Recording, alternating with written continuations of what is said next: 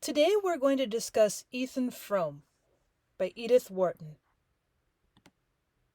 So let's start off by discussing the plot of the story.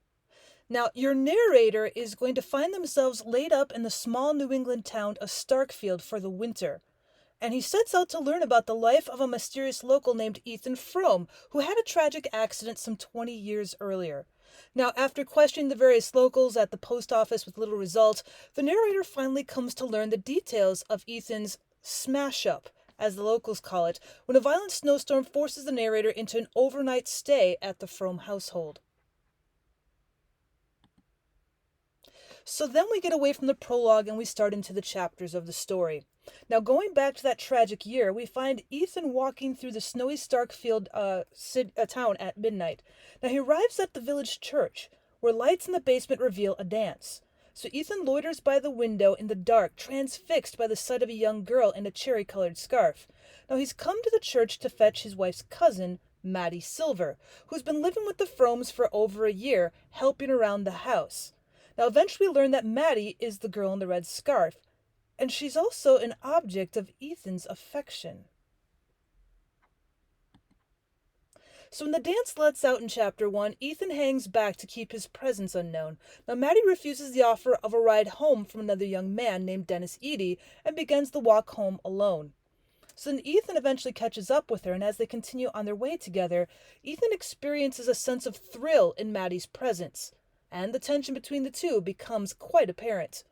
However, the tension dissipates when they arrive at home, and Xena, Ethan's sickly and shrewish wife, who has kept a late-night vigil in anticipation of their return, greets them at the door. She regards the dynamic between her husband and her cousin with obvious suspicion, and then Ethan goes to bed in a state of unease without a word to Xena, and his thoughts only of Maddie. So the next day, Ethan spends the morning cutting wood and returns home to find his wife prepared for a journey. She's decided to seek a treatment for her illness in a neighboring town, and she's going to spend the night there with some distant relatives. So, of course, excited by the prospect of an evening alone with Maddie, Ethan quickly assents to his wife's plan in spite of it being costly. He goes into town to make a lumber sale, but he hurries so as to return to Maddie in time for supper. So that evening, tensions are again running high between Ethan and Maddie. The two never consummate or even verbalize their passions to each other, and their mutual feelings hang palpably between them, unspoiled by the house's many reminders of the absent Xena.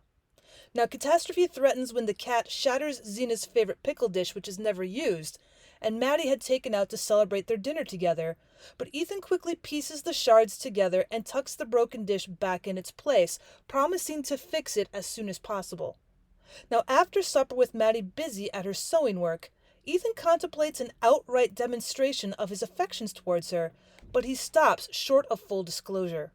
So, just after 11, the two turn in for the night without so much as touching. So the next morning, Ethan remains eager to reveal his feelings to Maddie, but the presence of his hired man, Jotham Powell, coupled with his own inhibitions, prevent him from making any move. Now, Ethan makes a run into town to pick up some glue for the pickle dish, and when he arrives back at the farm expecting to find Maddie alone, she informs him that Xena has already returned. So, quickly collecting himself, Ethan visits the bedroom to greet his wife. Xena, however, is in no mood for kindness, and she bitterly informs Ethan that her health is failing rapidly. In light of this fact, Xena announces that she plans to replace Maddie with a more efficient hired girl. Well, Ethan privately resents Xena's decision, but keeps the bulk of his anger to himself. Remember, this is Xena's cousin, Maddie is Xena's cousin, so he really has no say in it. Now, going down to the kitchen, Ethan's passions spill over, and he kisses Maddie zealously. He tells Maddie of Xena's plan to dismiss her, but their moment together is interrupted by Xena herself, who had originally declined to come down to dinner, but now has all of a sudden changed her mind. After the meal, Xena discovers the broken pickle dish while in search of some medicines that she's hidden, and in her rage grows all the more determined to chase Maddie out. Well, that evening, Ethan retreats to his makeshift study, where he contemplates the decision that lies before him. Unable to tolerate Maddie's dismissal, but effectively unable to prevent it, Ethan briefly considers eloping with Maddie, and even begins to draft a letter of farewell to Xena. However, in a sober evaluation of his financial situation, Ethan comes to realize the impossibility of running away and falls asleep in a state of hopelessness. He knows that his farm and his mill are probably worth maybe $1,000 at best, which would not have fetched a lot of money even in the early 1900s. So he'd essentially be leaving Xena destitute, and he'd have no money even to go out west with Maddie. So at breakfast the next morning, Xena announces the day's plans for Maddie's departure and the arrival of the new hired girl. So at mid-morning, having finished his tasks on the farm, Ethan steals into town on a desperate errand. His plan, hatched on the fly, is to make a second attempt to collect some money from Andrew Hale on a recently delivered lumber load in the hopes of financing his elopement with Maddie after all. Now on his way down the hill, Ethan encounters the Hale sleigh, and in passing, Hale's wife praises him greatly for his patience and in caring for the ailing Xena. Her kind words check his plan, and he returns to the farm with a guilty conscience. Now, against Xena's wishes, Ethan decides to bring Maddie to the train station himself. So now, in a fit of nostalgia, he takes her by a roundabout route in Chapter 9, and they eventually end up stopping at the crest of a village hill in order to take a sledding adventure they'd once proposed, but they'd never undertaken. After a successful first sledding run prompts Maddie to suggest a second, she has a different purpose in mind. She asks Ethan to run the sled into the elm tree at the foot of the hill, allowing them to spend their last moments together. Because it is such an icy hill and such a deep hill, she's very much concerned that they would actually hit the elm tree and they would die. So Ethan initially rejects her proposal, but he's slowly won over, and they take their positions on the sled, locking themselves in a final embrace. Now, in the wake of the collision, Ethan comes to consciousness dazedly, reaching out to feel the face of the softly moaning Maddie, who opens her eyes and weakly utters his name. So now we're going to jump forward 20 years in Chapter 9, and we find ourselves back in the company of the narrator as he enters the Frome household. Now inside, he meets the gaze of two frail and aging women and takes the stock of the house's squalid conditions. Frome apologizes for the lack of heat in the house, and he introduces the narrator to the woman preparing their supper. This is his wife Xena, and to the seated crippled woman in the chair by the fire, who is Miss Maddie Silver. Now the next day the narrator returns to the town, where he lodges with Mrs. Ned Hale and her mother, Mrs. Varnum. Now, sensing their curiosity, he gives a brief account of his evening in the Frome household, and after supper he settles down to a more intimate discussion with Mrs. Hale. Together they mourn the tragic plight of the silent cursed man, and the two women fated to keep him company during the long New England winter nights. So now let's take a look at the characters of Edith Wharton's story, Ethan Frome. Ethan Frome is the protagonist in the story. He's a farmer whose family has lived and died on the same Massachusetts farm for generations. Now, he's a sensitive figure. He has a deep and almost mystical appreciation of nature. He also feels a strong connection to the youth, the beauty, and the vital spirit of Maddie Silver, who is his wife's cousin. However, he ultimately lacks the inner strength necessary to escape the oppressive forces of marital convention, of the climate, of his lack of ownership on the farm, and then, of course, his sickly wife, who is determined to keep him in line. Zenobia Frome is Ethan's sickly wife, and she's more commonly known in the story as Xena. She comes across as a prematurely aged and very caustic in temperament, and she's prone to alternating fits of silence and fits of rage. She's utterly unattractive, making her the novel's least sympathetic figure. She's acutely interested in the treatment of her own illness and displays a degree of hypochondria. There might perhaps be an imagined illness, or maybe she does have minor symptoms that she exaggerates. So she is probably sick, but certainly not as sick or ill as she feigns out to be. Now, despite Xena's apparent physical weakness, she, and not Ethan, holds the dominant position in the household. Now, Maddie Silver is Xena's cousin. She has been sent to assist the Fromes with their domestic tasks.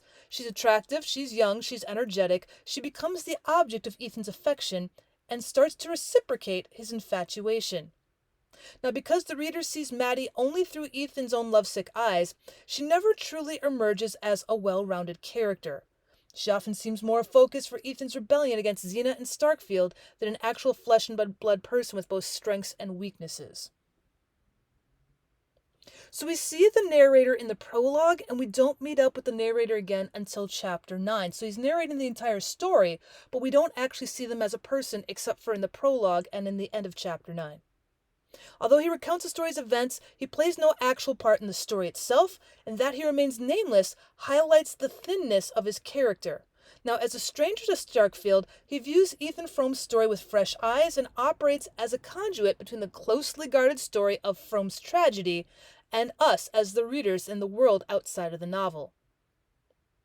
Dennis Eady is the son of Starkfield's rich Irish grocer Michael Eady, and he's a sometime suitor of Maddie Silver. Dennis is the focus of Ethan's jealousy. If there's going to be any foil in the story, it would likely be Dennis. Mostly the foil is Ethan himself, but he's going to be the focus of Ethan's jealousy. And before Ethan learns of Maddie's true feelings about Dennis, which is none. She has no feelings towards Dennis. Mrs. Ned Hale is the widow of Ned Hale and the landlady of the unnamed narrator. Now, the narrator describes Mrs. Hale as more refined and educated than most of her neighbors. Now, although she was once close friends and intimate with the Fromes, she hesitates to discuss their plight with their inquisitive lodger. That's why he's got to figure out the story on his own. Ned Hale's Ruth Varnum's fiancé and later her husband. Now, Ned and Ruth's romance contrasts with the fruitless love of Ethan and Maddie. Now, Ned has died by the time the narrator comes to Starkfield. And then Andrew Hale is Ned's father. He's an amiable builder that's involved in regular business dealings with the young Ethan. Now, when Ethan requests that Hale extends him in advance on a lumber load, Hale is forced to politely refuse, citing his own financial constraints. He'd love to help, but he just doesn't have the money. Nevertheless, Ethan mistakenly continues to regard him as a possible source of a loan someday. So then we have Mrs. Andrews Hale, that is Ned's mother and Andrew's wife in the earlier parts of the story. Now, Mrs. Hale extends an unexpected degree of warmth to Ethan after encountering him by chance one winter afternoon. She praises him for his dedication to helping out the sickly Xena, and it leads Ethan to reevaluate his decision to borrow money from Andrew Hale and to elope with Maddie. Now, Jotham Powell is the hired man on the Frome farm. Powell's main duty is to assist Ethan in the cutting, loading, and hauling of lumber. He is markedly reticent. He has a tendency not to talk. But Powell is also sensitive to the tensions between the Fromes, but of course he doesn't want to involve himself in anything between Maddie and Xena and Ethan. He's just there to work. And Harmon Gow is a former stage driver and a town gossip. Gow is going to provide the narrator in the prologue with a scattering of details about Ethan Frome's life, and later suggests that the narrator hires Ethan as a driver, paving the way for the relationship through which the narrator learns and then finally tells us Ethan Frome's story. So then let's continue on with the character analysis. Let's look a little bit closer at Ethan Frome himself. Although the novel's introductory and concluding passages are told from the narrator's point of view, the bulk of the novel comes from Ethan Frome's perspective, and it centers on Ethan's own actions. Whereas the other characters in the narrative remain opaque, we're allowed access to all of Ethan's thoughts as his life begins to approach a crisis. So therefore he can be seen as the protagonist of the story. Now, in spite of the fact that Ethan contemplates an adulterous affair, Wharton renders him generally sympathetic by making extreme efforts to depict his wife Xena as an unsympathetic figure. Even if we don't condone Ethan's desire for another woman, we at least understand why he does it. We understand his motivations. Now, we never doubt his fundamental goodness. His illicit passion for Maddie Silver coexists with this moral sense strong enough to keep him from going beyond a few embraces and kisses, and though sympathetic, Ethan remains a frustrating main character to most people who read the novel.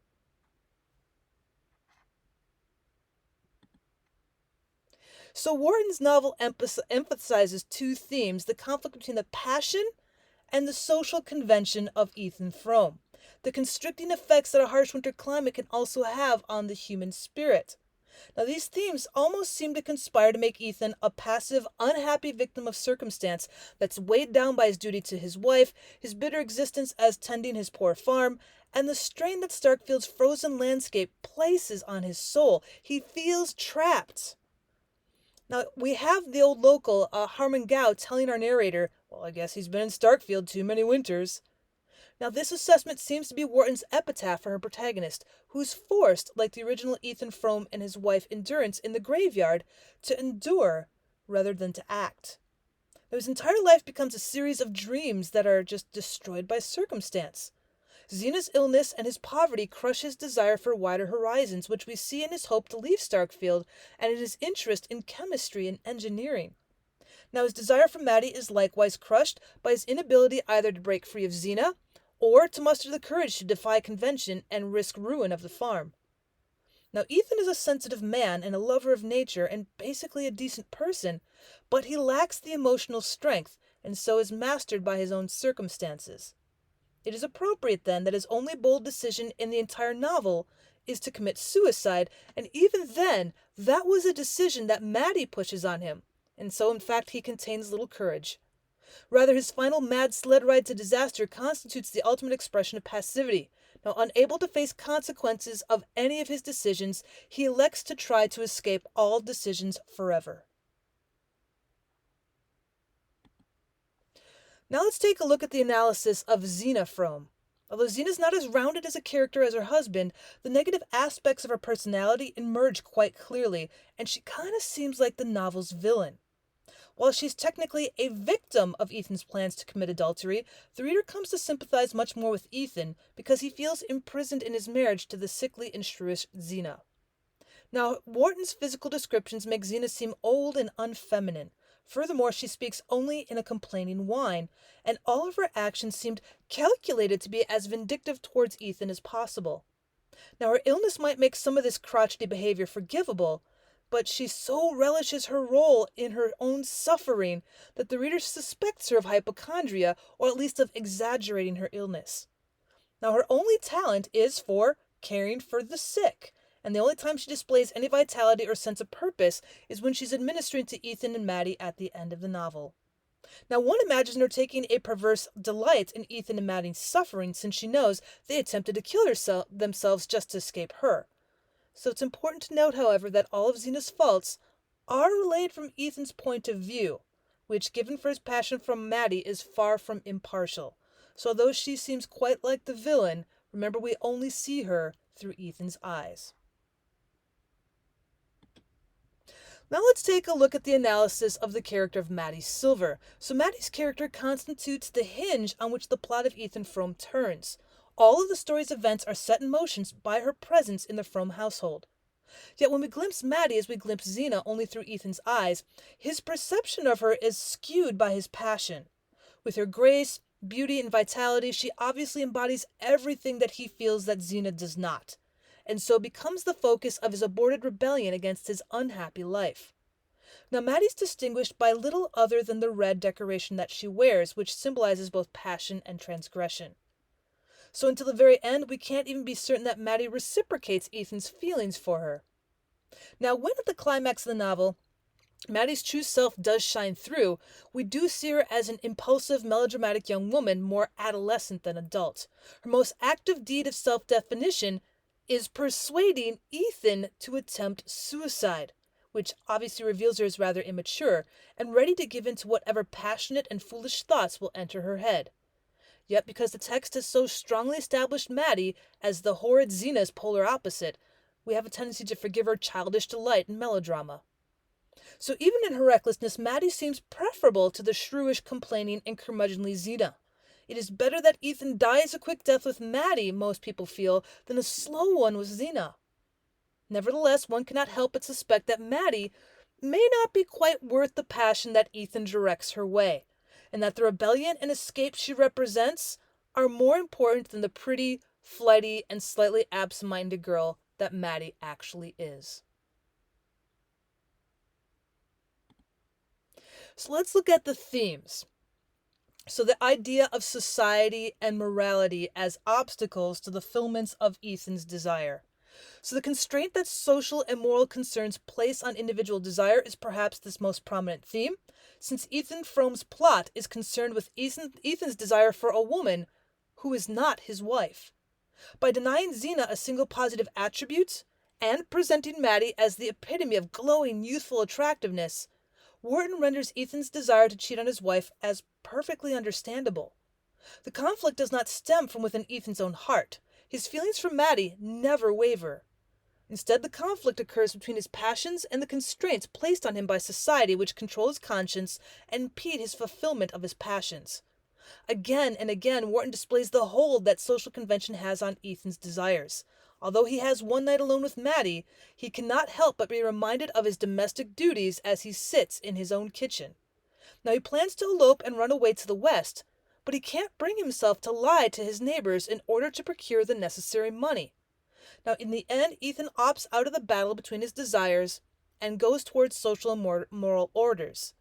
However, lacking the courage and strength of will to face down their force, he just chooses to abandon life's burdens by just abandoning life himself and tries to commit suicide.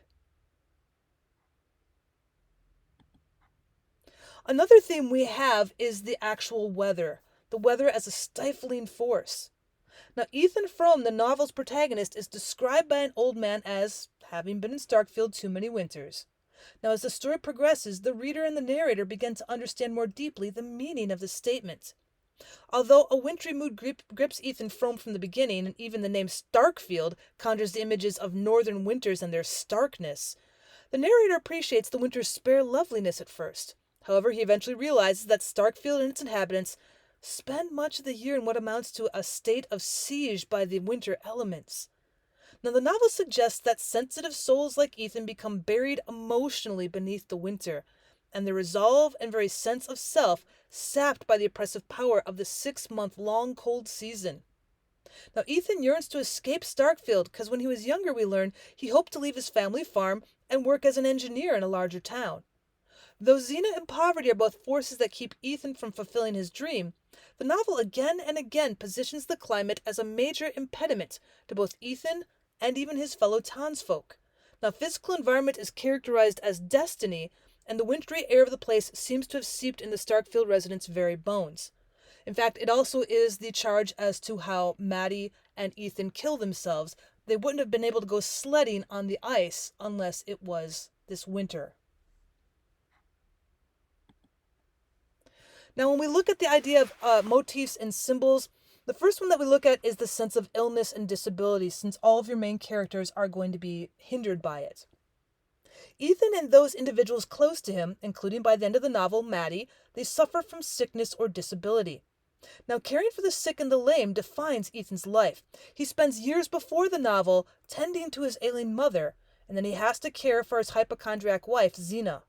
Finally, after his and Maddie's attempted suicides, Ethan is forced to spend the rest of his days as a cripple, living with a sick wife and with the handicapped Maddie. Now, outward physical signs reflect inner realities in Ethan Frome, and the predominance of illness in the characters physically states that indicates inwardly that they're all in states of decline and of destitution. The snow and cold are also a motif here. The imagery of Ethan Frome is built around cold and ice and snow and hues of white. The characters are constantly complaining about the cold, and the climatic scene hinges on the use of a winter sport, sledding, as a means of suicide. Now, these motifs work to emphasize the novel's larger theme of winter as physically and a psychologically stifling force. Like the narrator, we initially find beauty in the drifts and the flakes and the icicles. However, the unremittingly wintry imagery becomes overwhelming and oppressive, and the overall tone and outlook of the book become increasingly bleak as each chapter goes on. Now, the cumulative effect is to make the reader feel by the end of the novel that, like Ethan himself, we have been in Starkfield too many winters. Now, the symbolism of the final sled run. Normally, a sled rider forfeits considerable amount of control and submits to the forces of gravity and friction, but they still maintain an ability to steer the sled. Ethan, however, forfeits his ability as well on the final sled run. Now, his decision to coast in his final sled run symbolizes his inability to escape his dilemma through action of any kind. Now, this decision parallels Ethan's agreement to Maddie's death wish, in his conduct in his marriage and his attitude towards life in general. His inability to face the consequences of any decision, he lets external circumstances, whether it's other individuals, society, convention, financial constraints, he makes other circumstances make his decisions for him. Now, Maddie's death wish appears especially appealing to Ethan in that it entirely eliminates all consequences for both of them forever. Now, just as the rider of a sled relinquishes control, so Ethan surrenders his destiny to the whims of Maddie and of fate. Now we have Maddie's red scarf and red ribbon.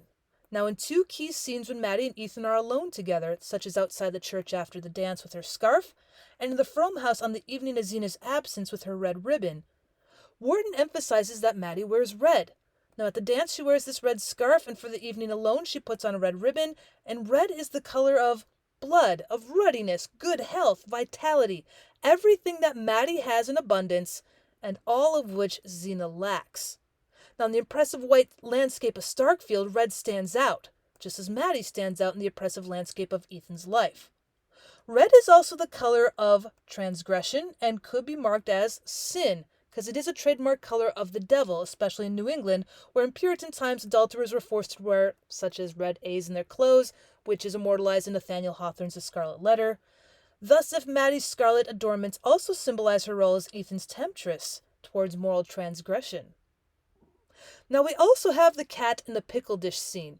Now during their meal alone and the evening that follows, Ethan and Maddie share the house with the cat, which first breaks Xena's pickle dish, and then seats itself in Xena's rocking chair. Now the animal serves as a symbol of Xena's tacit, invisible presence in the house, and as a force that comes between Maddie and Ethan and reminds them of the wife's existence. Meanwhile, the breaking of the dish, which is Xena's favorite wedding present, symbolizes the disintegration of the Frome marriage.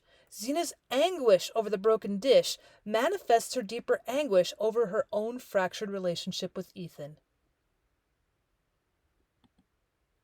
Well, that's it, guys. If you liked this, please give this a like. Please comment if you'd like to learn about other stories with me. I'd love it if you could subscribe to the channel so you wouldn't miss any other updates. Otherwise, let me know how you like this video.